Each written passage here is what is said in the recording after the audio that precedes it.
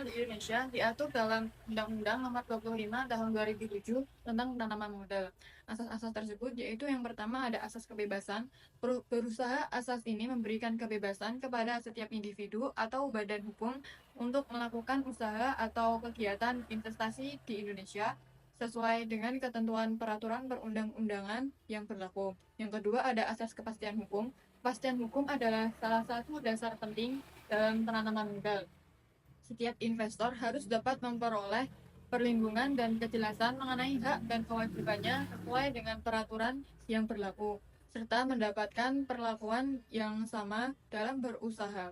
Yang ketiga ada asas keadilan. Asas ini mengharuskan bahwa semua investor, baik domestik maupun asing, diperlakukan secara adil dan setara. Tidak ada diskriminasi yang diberikan kepada salah satu pihak dalam hal fasilitas, layanan, atau peluang investasi. Yang keempat, asas transparansi. Asas transparansi mengharuskan adanya keterbukaan informasi yang memadai bagi para investor, baik mengenai peraturan yang berlaku, peluang investasi maupun kondisi pasar.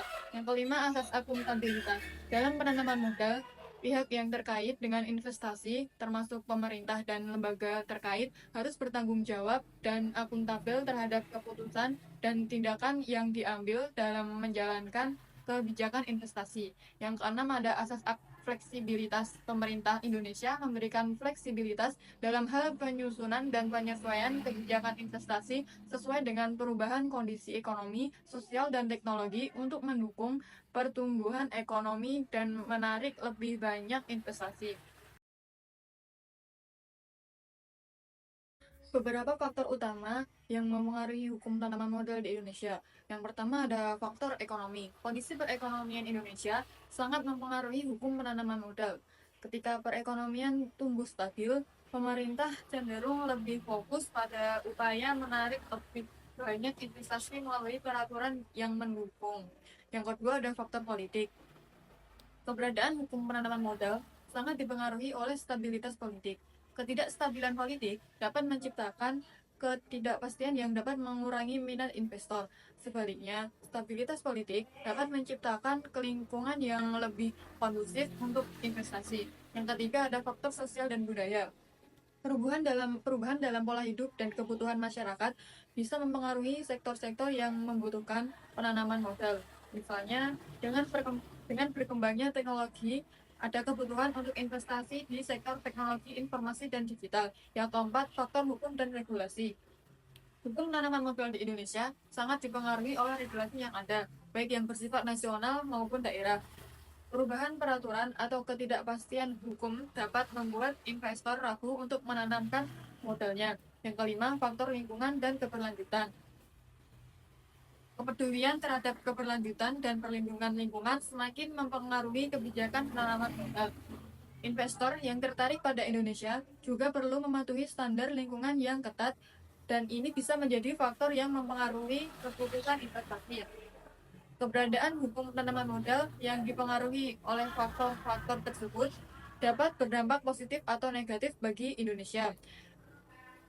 Dampak positif, peningkatan investasi, yang kedua penciptaan lapangan kerja, peningkatan infrastruktur dan teknologi, pendapatan negara. Dampak negatifnya ada ketergantungan pada modal asing, ketidakeratan pembangunan, dampak sosial dan lingkungan, lalu ada resiko hukum dan perizinan.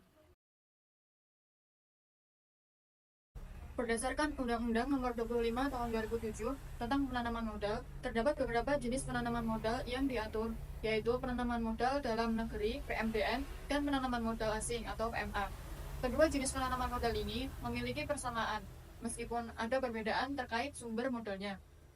Persamaan penanaman modal dalam negeri (PMDN) dan penanaman modal asing (PMA). Yang pertama ada tujuan ekonomi yang sama, baik PMDN maupun PMA memiliki tujuan yang sama, yaitu untuk mendorong pertumbuhan ekonomi nasional, menciptakan lapangan pekerjaan, meningkatkan daya asing, serta mempercepat pembangunan infrastruktur dan sektor-sektor strategis lainnya. Yang kedua ada kepastian hukum. PMDN maupun PMA dilindungi oleh kepastian hukum yang jelas. Investor, baik domestik maupun asing, berhak memperoleh perlindungan atas hak-haknya sesuai dengan peraturan yang berlaku. termasuk perlindungan terhadap aset dan pendapatan yang diperoleh dari hasil investasi. Yang ketiga, penyediaan fasilitas dan infrastruktur. PMDN maupun VMA berkontribusi dalam pengembangan fasilitas dan infrastruktur yang dibutuhkan untuk mendukung kegiatan ekonomi. Yang keempat, pengaruh terhadap penciptaan lapangan kerja. Kedua jenis penanaman modal ini berpotensi menciptakan lapangan kerja baru, yang pada gilirannya akan mengurangi pengangguran dan meningkatkan kesejahteraan masyarakat. Yang kelima ada penggunaan tenaga kerja lokal. PMDN maupun PMA diharapkan untuk memberdayakan tenaga kerja lokal dalam operasionalnya. Meskipun pada beberapa faktor tertentu, investor asing mungkin juga membawa tenaga kerja profesional dari luar negeri. Yang keenam, sektor-sektor yang bisa dimasuki. PMDN maupun PMA dapat berinvestasi di sektor-sektor yang diizinkan oleh pemerintah Indonesia. Investasi asing di Indonesia memiliki potensi keuntungan yang besar, namun juga dihadapkan pada berbagai risiko yang perlu diwaspadai oleh investor. Beberapa risiko yang mungkin dihadapi oleh investor asing di Indonesia beserta cara untuk mengatasinya. Yang pertama ada risiko politik. Ketidakstabilan politik, perubahan kebijakan, atau perubahan pemerintahan dapat mempengaruhi iklim investasi. Kebijakan yang tidak konsisten atau perubahan regulasi yang mendadak dapat merugikan investor asing. Lalu cara mengatasinya yaitu dengan melakukan analisis risiko politik secara berkala dan mengikuti perkembangan politik Indonesia. Yang kedua, risiko ekonomi. Fluktuasi ekonomi seperti inflasi, perubahan nilai tukar mata uang, dan resesi dapat mempengaruhi daya beli konsumen dan kestabilan pasar. Cara mengatasinya yaitu dengan memantau indikator ekonomi Indonesia seperti inflasi, suku bunga, dan neraca perdagangan secara berkala. Yang ketiga, risiko sosial dan budaya. Faktor sosial dan budaya di Indonesia dapat mempengaruhi penerimaan terhadap investasi asing. Misalnya, ada kemungkinan munculnya perasaan negatif terhadap keberadaan perusahaan asing yang dianggap merugikan tenaga kerja lokal atau budaya lokal.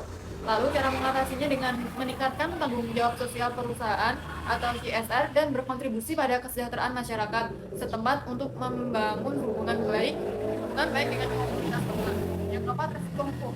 Meskipun Indonesia memiliki kerangka hukum yang cukup lengkap, pelaksanaan hukum di tingkat lokal bisa berbeda-beda dan ada potensi penyalahgunaan kewenangan atau ketidakpastian hukum.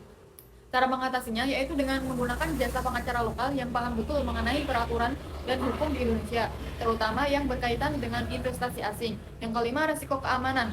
Ancaman terkait dengan keamanan fisik, baik untuk aset atau karyawan perusahaan, seperti ancaman terorisme, kerusakan sosial, dan kriminalitas. Cara mengatasinya dengan melakukan analisis risiko keamanan secara rutin dan bekerjasama dengan pihak berwenang untuk memastikan keamanan operasional. Yeah, Bobby Valentino.